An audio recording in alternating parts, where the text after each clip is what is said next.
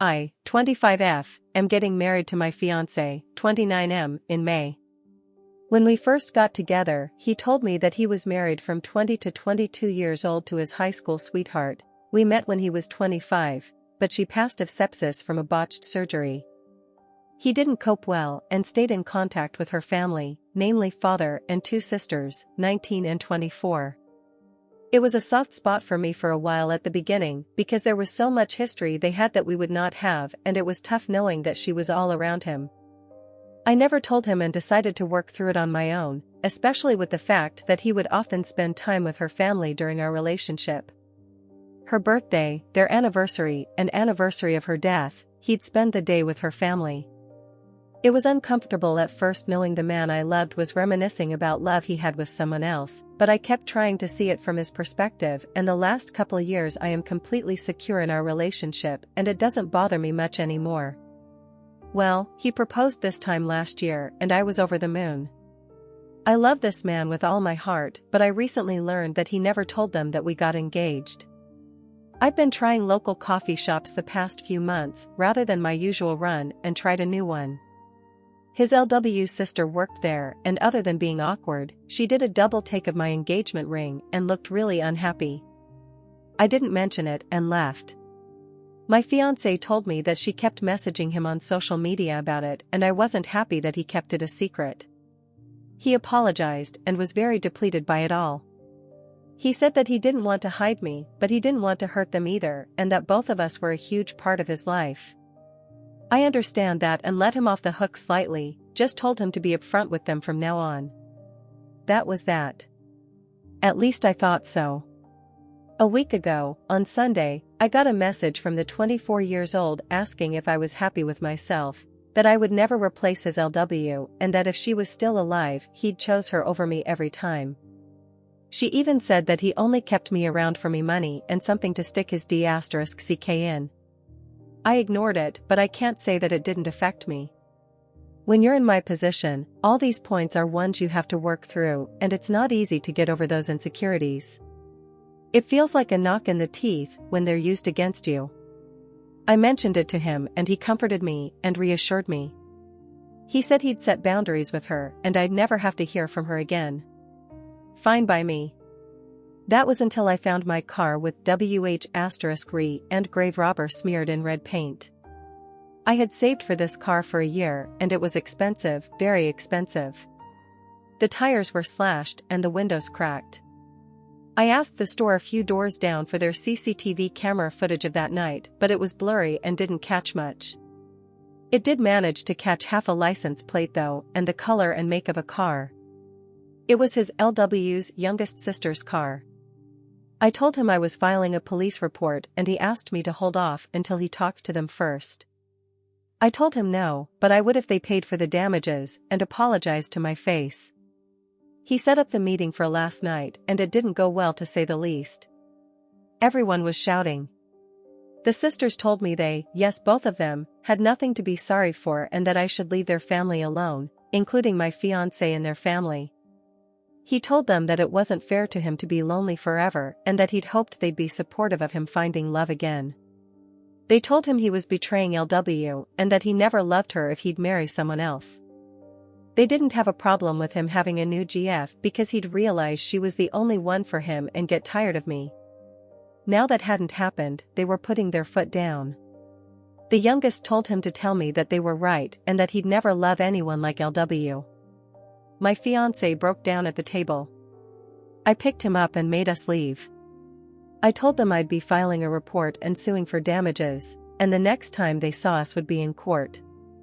When we got back and calmed down, I gave him an ultimatum.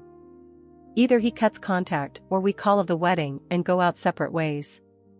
I wasn't going to live my life with this harassment and someday subject my children to their bullying.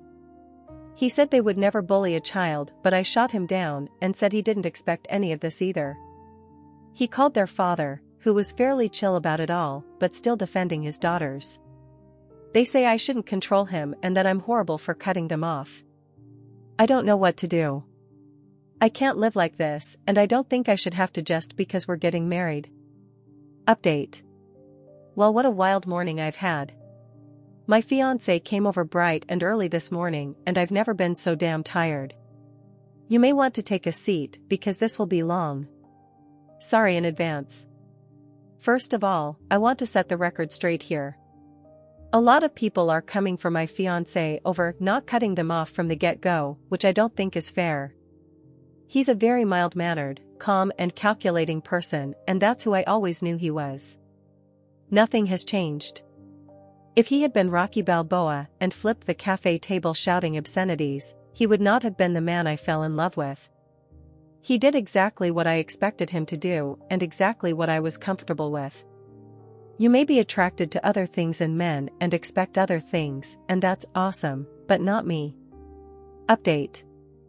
I text him saying I thought it was time to discuss this, and he was back at home not a half hour later. He'd been staying with a friend the couple nights we had no contact. We sat on our bed to talk, because my back is sore from all the packing and I wasn't gonna force myself to sit at the table. Before we even got to talking, he asked if we could cuddle for a minute. It definitely took some of the weight off and we were able to talk like a couple and not awkward strangers, because, regardless of some people's beliefs, we do love each other, and it took me a very long time to feel confident in that fact. Before anyone calls me a doormat again, no, I was still sure I would stick to my ultimatum. The first thing I asked was if he felt he had enough time to make his decision, and he said he didn't need time. He was very shocked and bewildered at how so much could change in just a week and how everything he knew was shook up that he couldn't think and went numb. He did apologize that he didn't take a more defensive stance at the cafe, and he doesn't want to make excuses for it. An explanation was that he genuinely didn't expect such a vitriolic response. He hid the engagement because he knew they weren't over LW's death and would be upset at the news. It wasn't like I would feel upset by them not knowing, which I wasn't really. He's known these girls since, before they were in double digits, and he would never have thought them capable of it. It came so far out of left field that he froze. I asked him if there was any possibility that either of them had a thing for him, and he looked very confused and disturbed. I said how I've had people tell me it's not uncommon for siblings to do this after loss, and he thought on it. Turns out you were right. He said the 24 years old, about 8 months after LW's death, made a move and tried to kiss him. He immediately left and told her mother about it. Mother and father are divorced now, but weren't then. She was a minor at the time and messaged him saying she would be 18 soon, so it wasn't a big deal. Her mother made her see the school counselor and didn't allow her to be alone with him for a while. It was years ago, so he'd forgotten it even happened. He said he was sure that wasn't the case now because it had been so long, but I'm not so convinced. Not that it matters anymore. He opened up his Facebook and gave it to me to read. 24 years old had been messaging him, which he ignored. She ranged from telling him off to crying and saying how betrayed the family was to trying to manipulate him against me. He said he was sure that he needed to put them behind him and had been thinking it on and off since he proposed, but couldn't bring himself to do it. After this week, the fire was lit and he knew what he had to do. It was all just abstract until suddenly it was very real. He asked me how I'd been coping, and I told him. I felt like I'd done everything right, but somehow things turned out worse than if I'd been the jealous type and stopped their contact at the beginning. I tried to be understanding and put in so much effort to be secure in myself and our relationship, only for everything I worked on to be thrown in my face, like I was a mistress that was cheating with him. He didn't blink the entire time and just listened. He said he should have been more observant and realized I was struggling with this so that he could help me, but I've always been the strong one, so he neglected to, and he'll do better. As I've said in a few comments now, his parents had him in their late 40s and are retired. He hates to involve them in negativity, but I was stunned when he said he's been talking to them about this since the first Facebook message. They were very understanding, but his father took a tough love approach. He said the best quote I think I've ever heard. Get your act together before the jig is up. They offered to come stay for a while and help us move. I don't think that's necessary, but I really appreciated the thought. On the subject of moving, I made it clear that I would not be living in this house any longer than I had to, and he completely agreed. His parents offered to find us a place in their state if we wanted to have more of a support network, and I'm honestly considering it after all this. They're only a state away from my own family, so we'd be a lot better off. His job is remote and I should be able to find work there easily enough. I've been in contact with a friend who's a mechanic and they've quoted me between 1-2K for the damages, but that's an at-cost estimate as a discount. A few people have said to get a real statement and to shop around. The real cost is between 4-5K, and that's just for the noticeable damage. My friend thinks they've done something to the engine, so thank God I couldn't drive it anywhere. He thinks I may be entitled to a replacement car altogether. If so, I will be sure to sue for it, and that's not going to be cheap. After all the emotional things were discussed, he mentioned when would I be comfortable enough to go to the police. I made clear he was okay with that, or I'd go on my own. He said, the surest I've ever seen him, that this is what needed to be done and he wasn't going to let them continue. He'd done enough to try and shield them, but he wasn't going to let it come at my expense. I'm currently in the bath frothing in bath bombs, but we'll be going to the station as soon as I'm done. He's downstairs right now, printing out the new quotes from the mechanics and the messages 24 years old sent him over the past couple days so we can go prepared. People have said that nothing will come of it, and you may be right. But I have to try. Hoping my local police don't have anything better to do. It's a small town. To finish, I made a point of asking again if he would cut them off or I had to go. He didn't miss a beat and said that they're no longer going to be a part of his life, even if I decided to leave. He did ask for one last meeting to say goodbye to her parents and to put a close on that part of his life, and to explain to the girls that this is not my fault but his decision after seeing how cruel they were capable of being. After that, we would block them on everything and move forward. I was completely fine with that. So, there we have it. Writing all this out and being able to talk to people about everything has been both helpful and a good distraction from the dumpster fire that was my life, and everything worked out as well as I could have hoped. We'll see how his meeting goes with them. I'm sure they won't be very happy about it, but that's not my problem. Thank you all, and I'll update after they've met up. Hey everyone, just a mini update to clear some things up before I have a discussion with my fiancé either later today or tomorrow about my ultimatum. I didn't sleep at all yesterday or the night before, for obvious reasons. There's a ding on my phone at least once an hour from them saying one thing or another, mainly the 19 years old, and I don't know what they've told people, but I've got a message from one of their uncles and grandparents calling me horrible stuff too. So obviously they've been spreading what's happened this week and twisting it. I haven't blocked them because I want to gain as much evidence as I can for the inevitable case. Regardless of any outcome with my fiancé, I will be suing and filing a criminal case for harassment and vandalism and looking for a restraining order. I just haven't had the mental fortitude to do so yet. I'm hoping my fiancé will help me. I haven't spoken to my fiancé since the argument at the table, other than to tell him they go or I do. It was my choice to give him a couple days space to come to terms with everything, and I will contact him when I'm ready. All of this, from the first message till now, has been a week. It's a huge weight to contemplate leaving people you've known for 15 years and who you grew up with. He did set hard boundaries with the sister from the coffee shop, as I've seen the messages. He said, paraphrasing, "You have no right talking to OP at all if this is how you're going to behave. She doesn't deserve this, and you've gone too far. Why are you being like this?" And she responded with more name-calling and back and forth. He ended by saying not to message me again and to make sure everyone else does the same. I was happy with that.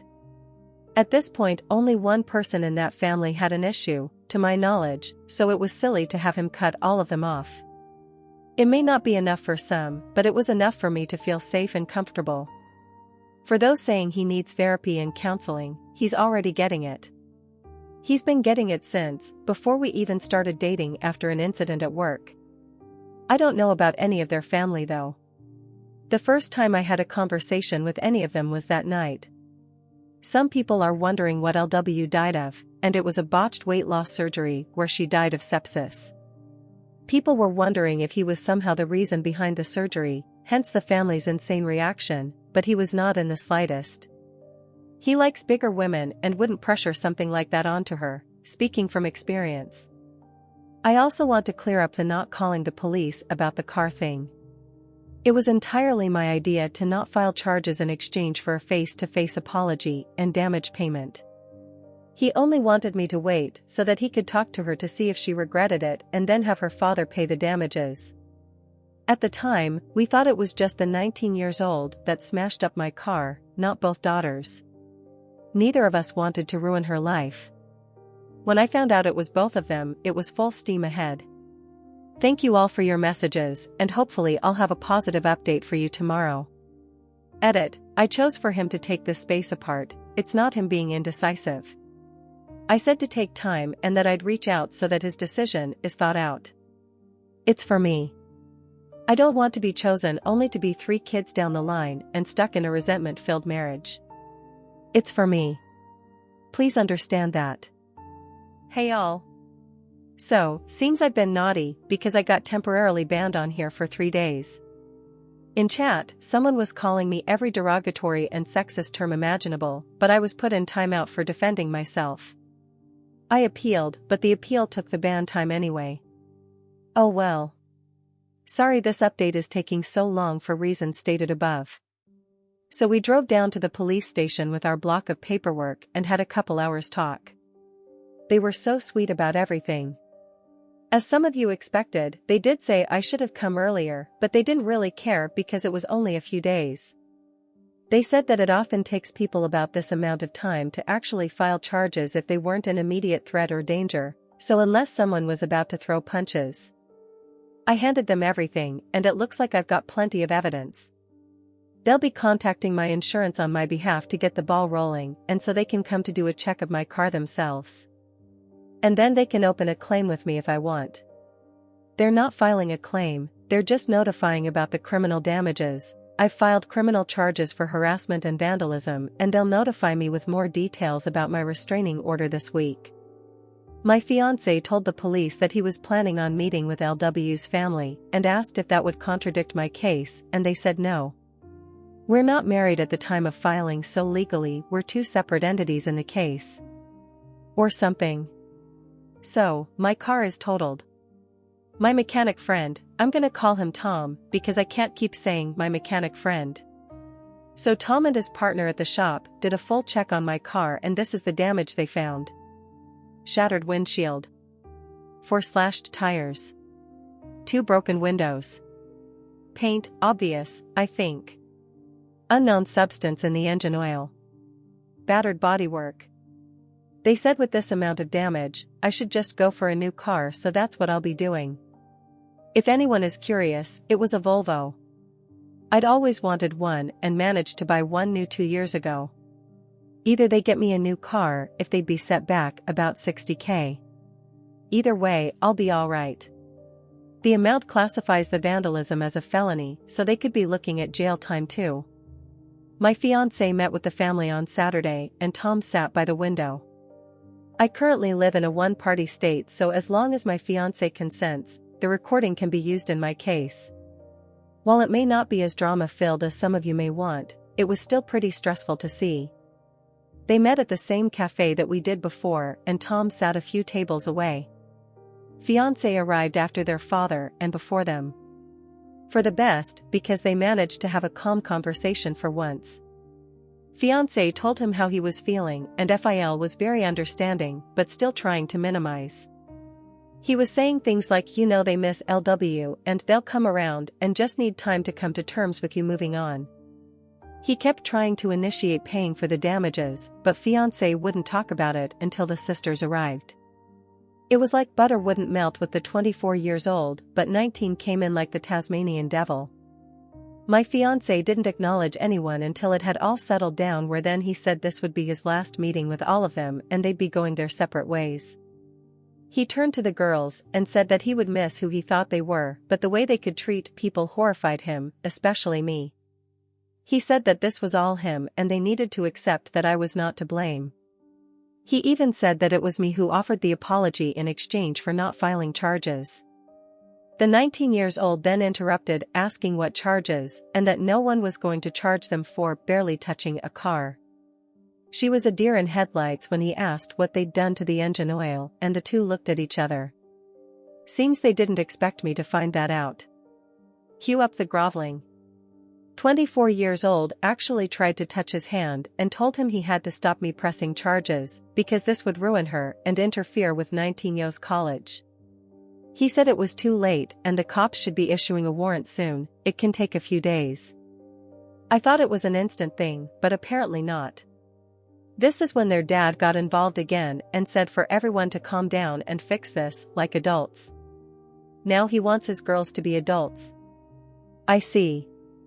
He asked if Fiancé would convince me to drop the charges in exchange for that apology, and he'd pay the damages. When my fiancé said it was $60K, the eyes he gave to those women would shave the hair off a cat. The video wasn't the best, but I swear I could see the color drain from their faces. I may sound awful, but I enjoyed it. Call me what you will. They kept going on about apologizing and that they'd pay, but he just said it was too late and he was done. He'd tried to be civil, but they were the ones that wouldn't let it go. 24 years old actually asked him to set up a meeting with me so they could get to know me and put it all behind us. He didn't reply, and after the silence they piped up again like, so she won't even meet us? So she's behind all this, because she doesn't want us around. We'll see about that. Not using exact quotes because I don't know if I'm allowed, so not risking it. Things like that. They went on, and frankly, it was funny more than hurtful. But they did incriminate themselves more and more for my harassment case, and the nail in the coffin was when 19 years old said if we can do that to a car, imagine what else we could do. That, my friends, is both a confession and a threat of bodily harm. My fiancé said one loud stop before wishing Phil well and telling the girls to not come near me. He then got up and left. That's where the recording ends because we wouldn't be able to use anything afterwards anyway. As for moving, we're pretty much all packed up and have a truck coming on Friday. We'll be staying with his parents until we find a place. We're looking at buying this time, but might get an RV in the meantime so we're not all stepping on each other. I doubt his parents would mind at all, but this is the last update for a while, I think. I have a wedding to finish, a venue to change, new invites, etc., and less than 2 months to do it. Send help. But thank you all for being ears and helping me get through this. If only to distract me from ruminating and digging a huge mental hole. Hello there, Reedy IT here. From the outset, it's evident that the history surrounding your fiancé's previous marriage casts a significant shadow over your relationship. His past with his late high school sweetheart, tragically lost to sepsis following a surgical mishap, is a weighty backdrop to navigate. The fact that he maintained ties with her family, particularly her father and sisters, further complicates matters, immersing you in a world of shared memories and enduring connections that transcend the boundaries of time and loss. Navigating such emotional terrain is undeniably challenging. The specter of his late wife looms large, a constant reminder of a love that once was and the enduring bonds of grief that persist. For you, grappling with feelings of insecurity and inadequacy in the face of this formidable history is an understandable struggle. It's no small feat to reconcile the presence of a past love in your partner's life, especially when it seems to permeate every aspect of his existence, from cherished family traditions to intimate anniversaries. Despite these formidable emotional hurdles, you've displayed a commendable resilience in your efforts to come to terms with this complex dynamic. Choosing to confront your own feelings of unease and vulnerability in solitude, rather than burdening your fiancé with your internal struggles, speaks volumes about your emotional maturity and strength of character. Over time, you've managed to carve out a space of security within your relationship, finding solace in the knowledge that love, in its myriad forms, can transcend the boundaries of time and memory. However, recent revelations regarding your fiancé's omission of your engagement from his late wife's family have undoubtedly stirred the embers of doubt and insecurity within you. The clandestine nature of this decision, motivated by a desire to shield his late wife's family from further pain, has inadvertently fanned the flames of discord and resentment. The discovery of his actions, compounded by the subsequent harassment and vandalism orchestrated by his late wife's sisters, has ruptured the fragile equilibrium you've painstakingly cultivated, leaving you reeling from the shock and betrayal of it all. In response to these egregious transgressions, you've been forced to take a decisive stand, issuing an ultimatum to your fiancé: sever ties with his late wife's family or risk the dissolution of your impending union. It's a heart-wrenching decision to make, fraught with uncertainty and apprehension about the future. Yet, in the face of such blatant disregard for your emotional well-being and the sanctity of your relationship, it's a necessary step to reclaim agency over your life and protect yourself from further harm. As you grapple with the aftermath of these tumultuous events, it's imperative to prioritize your own self-care and emotional healing. Seeking solace in the embrace of supportive friends and family members, who can offer a sympathetic ear and a shoulder to lean on during this tumultuous time, can provide invaluable comfort and reassurance. Moreover, exploring avenues for legal recourse against those responsible for the harassment and vandalism may serve as a cathartic means of seeking justice and closure in the face of such egregious misconduct. In the midst of this maelstrom of emotions and uncertainty, remember that you're not alone in this journey. Your fiancé, though perhaps bewildered and overwhelmed by the gravity of the situation, must ultimately stand by your side and support you in navigating these treacherous waters. Together, you can confront the challenges that lie ahead with courage and resilience, emerging stronger and more united than ever before. In closing, I offer you my sincerest wishes for strength and resilience as you navigate this turbulent chapter in your life. May you find solace in the embrace of loved ones and the knowledge that, despite the trials and tribulations that lie ahead, you possess the inner fortitude and resilience to weather any storm that comes your way. Comment and let us hear your thoughts.